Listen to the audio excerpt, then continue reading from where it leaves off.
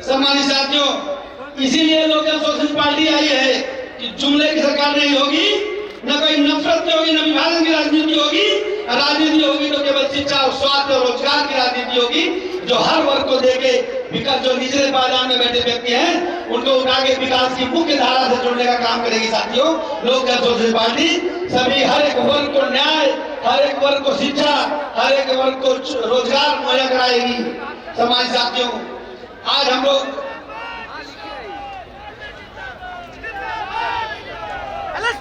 आप सभी से मैं कहना चाहूंगा कि आज हम लोग उत्तर प्रदेश जाते हैं, खास तौर से उत्तर प्रदेश में पलायन का बड़ा मुद्दा है कि नहीं है?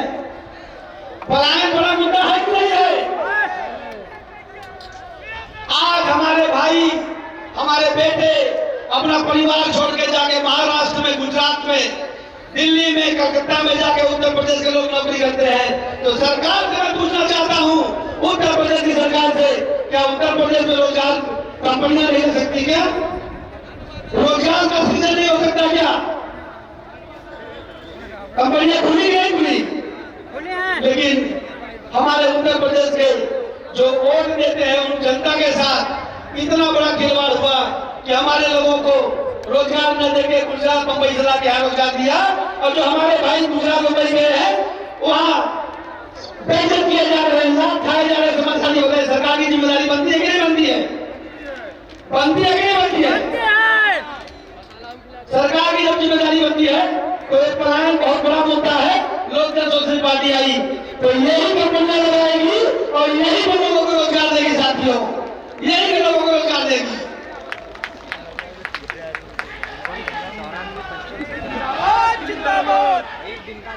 जिंदाबाद। हमारे साथियों,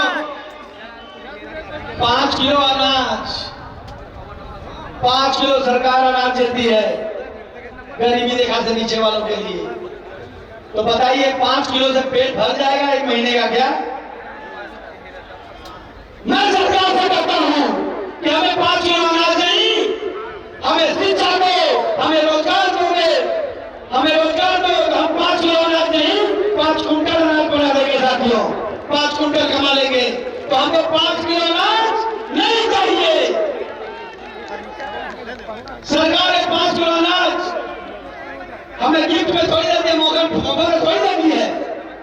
हमारे टैक्स के पैसे का तो एक अंश भी नहीं मिलता है 5 किलो अनाज। साथियों, मैं इसीलिए कहता हूं कि हम लोग 5 किलो अनाज हटा के हम लोग जो मतदाता पेंशन योजना के तहत मैंने कहा, उसमें कम से कम 6,000 रुपया प्रति माह देने का लोकल सोशलिस्ट पार्टी सरकार काम करेगी। साथियों, 6,000 रुपये प्रति माह हर एक वर्कर को देने का कार्य करेगी। साथियों, अब 5 किलो अनाज नहीं चाहिए, अब चाहिए रोजगार, अब चाहिए शिक्षा। समाज साथियों, आप लोगों को भूख लगी होगी जरूर, मैं समझ सकता हूं, लेकिन थोड़ा सा और 5 मिनट का और समय देना, मैं अपनी बातों का खत्म करूंगा। भूख नहीं लगा बा, बोला। बहुत बहुत धन्यवाद। देखिए, हमारे ऐसे जाबाज कार्यकर्ता सिपाही हैं, क्रांतिकारी सिपाही जो कह रहे भूख नहीं लगी है, बहुत बहुत धन्यवाद। सम्मानित साथियों, एक बात याद रखिएगा, मैं इस मंच के माध्यम से कहकर जा रहा हूं कि जिसका दल नहीं उसका कोई बल नहीं। साथियों, जिसका दल नहीं उसका कोई बल नहीं। साथियों, याद रखिएगा। वीरेंद्र भैया जिंदाबाद, जिंदाबाद, वीरेंद्र भैया जिंदाबाद, जिंदाबाद, जिंदाबाद। सम्मानित साथियों, आज ये जो निजीकरण हो रहा है, ये संविदा आ रहा है, तो बताइए संविदा क्या होता है? संविदा पूंजीपतियों, ठेकेदारों के लिए एक और कंपनी लग गई है। साथियों, एक और कंपनी लग गई है जो पूंजीपति को और पूंजीपति बनाए। सम्मानित साथियों, ये खेल नहीं चलेगा। लोकल सोशलिस्ट पार्टी 2027 में सरकार बनाती है तो संविदा को खत्म करके सरकारी, सभी जितने संविदा कर्मी हैं सभी को सरकारी रोजगार दिया जाएगा, सभी को सरकारी रोजगार दिया जाएगा। साथियों, साथियों,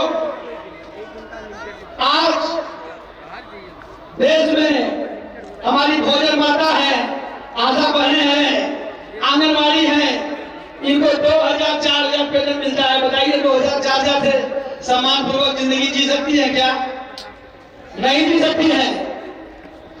इसलिए लोकल सोशल पार्टी ने तय की है कि प्रतिदिन 700 रुपया कम से कम हमारी भोजन माता का, हमारी आशा बहने का, हमारी आंगनबाड़ी बहने का प्रतिदिन का मूल्य निर्धारित होगा साथियों।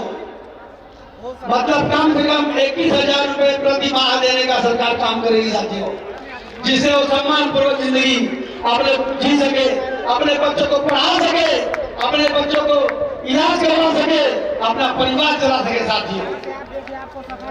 हमारे साथियों, आप सभी जानते हैं कि अधिकार मांगने से नहीं मिलता है, तो ये बता दीजिए कि लखनऊ की धरती पर लाखों लाखों की संख्या में लोग इकट्ठा हुए हैं, अब अपना अधिकार नहीं मांगेंगे, अब अपना अधिकार छीनने के लिए तैयार है साथियों। आप सभी लोगों ने समय निकाल के आए, उसके लिए बहुत बहुत धन्यवाद देता हूँ आप सभी का। और हमारे जो पुलिसकर्मी यहाँ पे हैं, मैं आप लोगों के लिए भी सरकार से मांग करता हूँ कि हमारे पुलिसकर्मियों को जो 24 घंटे ड्यूटी कराई जाती है, इसको 24 घंटे से 8 घंटे किया जाए साथियों।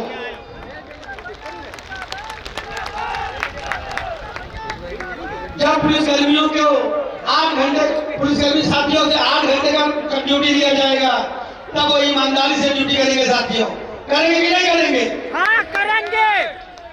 तो 8 घंटे होना चाहिए। हाँ। अगर सरकार नहीं करती है तो मैं पुलिसकर्मियों साथियों से कहूंगा कि लोक जन सोशलिस्ट पार्टी की सरकार बनाइए और आप सभी की 8 घंटे की नौकरी में करवाऊंगा। लोक जन सोशलिस्ट पार्टी सरकार करेगी साथियों।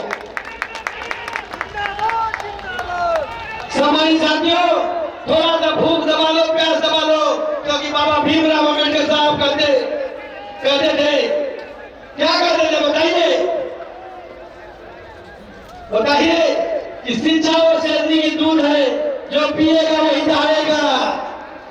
तो आज हम बाबा भीमराव अम्बेडकर के आशीर्वाद से, लोकतंत्र से, संविधान से आज हम लोग शिक्षित हैं, पढ़े लिख लिए हैं, तब आज इस मंच पे खड़े होकर हम भाषण दे रहे हैं साथियों। तो आज मैं बाबा भीमराव अम्बेडकर साहब को नमन करते हुए धन्यवाद देते हैं कि उन्होंने ऐसा संविधान दिया, ऐसा लोकतंत्र दिया कि हम लोग आज यहाँ पे खड़े हैं। लेकिन साथियों, आप लोगों से कहना चाहूंगा कि ये आज का लोकतंत्र नहीं है, भयतंत्र है साथियों। आज भय के साए में सब लोग जी रहे हैं। आप लोगों से मैं बताना चाहूंगा कि आज मैं यहाँ भाषण तो दे रहा हूँ, लेकिन वहां मेरे खिलाफ मुकदमा भी दर्ज कर रही होगी सरकार साथियों।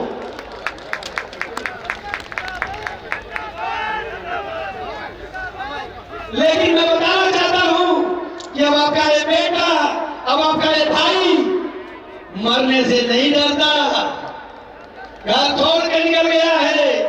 आपके हक अधिकार, आपके खुशियों के लिए, आपके परिवार के लिए, आपके रोजगार के लिए, आपके शिक्षा के लिए, आपके चिकित्सा के लिए, आपके हर एक छोटी खुशियों के लिए जो आपको मिलनी चाहिए सरकार से नहीं मिलती, उसके लिए मैं हमेशा संघर्ष कर रहा हूँ और करता रहूंगा साथियों। जिंदाबाद जिंदाबाद जिंदाबाद। राजनीति सत्ता की एक चाबी है। बाबा भीमराव अम्बेडकर साहब कहते थे कि राजनीति सत्ता की एक चाबी है, जिससे आपके हर एक दुख दर्द को दूर किए जा सकते हैं। इसलिए आप सभी को अपने परिवार से एक व्यक्ति को राजनीति में लाना चाहिए साथियों, तब आप लोग मजबूत हो सकते हैं। अन्यथा आपके ऊपर वो धनवान व्यक्ति के लोग, वो बाहुबली के लोग, वो गुंडा माफिया, आपके ऊपर अयोग्य लोग जो अनपढ़ हैं, वो आपके ऊपर शासन करेंगे साथियों। तो बताइए, आप लोग अपने घर से एक बच्चा देंगे कि नहीं देंगे? आज आप लोगों की ये ललकार दिखा दी कि आप सब जो भी गरीब तबके के लोग हैं, ओबीसी के लोग, पिछड़े आदिवासी अल्पसंख्यक के लोग, हमारे मुसलमान भाई, आप सभी लोगों ने साथ दिया, इसके लिए बहुत बहुत धन्यवाद। आप सभी लोगों का बहुत बहुत आभार व्यक्त करूंगा और ये कहना चाहूंगा कि बहुजन के साथ ही सब जाग गए हैं। जागे हैं कि नहीं? हाँ जागे हैं। तभी लाखों की संख्या में हम इकट्ठा हुए हैं। सम्मानित साथियों, आज इस मौके में माननीय कांसीराम जी को याद करना चाहूंगा। हमारे मान्यवर कांसीराम जी ने कहा था कि मुर्दा लोग मिशन नहीं चलाते और जिंदा लोग मिशन को रुकने नहीं देते साथियों। आज हमारे छेदीलाल बाबू जी बैठे हुए हैं, हमारे आदर्श हैं। आज 93+ हो गए, लेकिन देखिए आज भी संघर्ष कर रहे हैं और हमारे मार्गदर्शक हैं, हमको पीछे से आगे धकेल के आगे बढ़ाते रहते हैं। साथियों, आपका हृदय से मैं आभार व्यक्त करता हूँ, बहुत बहुत बधाई धन्यवाद देता हूँ। साथियों, आज हमें मान्यवर कांशीराम साहब की वो बात भी याद आती है कि उन्होंने कहा था कि जैसे तुम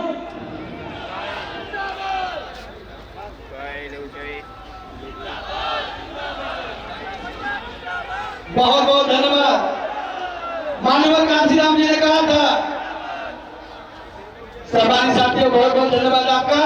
मैं मान्यवर कांशीराम जी को याद करते हुए कहूंगा कि मान्यवर कांशीराम जी ने कहा था कि जैसे तुम अपनी बहन बेटी की रक्षा सुरक्षा करते हो, वैसे अपने वोट की रक्षा करना। साथियों, तो बताइए रक्षा करेंगे कि नहीं करेंगे? करेंगे। सम्मानित साथियों, आप सभी से मैं ये आग्रह निवेदन करता हूं कि एक बार आप लोग जन सोशलिस्ट पार्टी की 2027 में सरकार बनाइए, डॉक्टर वीरेंद्र विश्वकर्मा के हाथों को मजबूत करिए। मैं आप लोगों को कभी किसी के सामने हाथ फैलाने का मौका नहीं दूंगा। साथियों, आपके लिए हमेशा संघर्ष करता रहूंगा। साथियों, वीरेंद्र भैया जिंदाबाद, जिंदाबाद जिंदाबाद, लक्ष्मी पार्टी जिंदाबाद, जिंदाबाद जिंदाबाद, वीरेंद्र भैया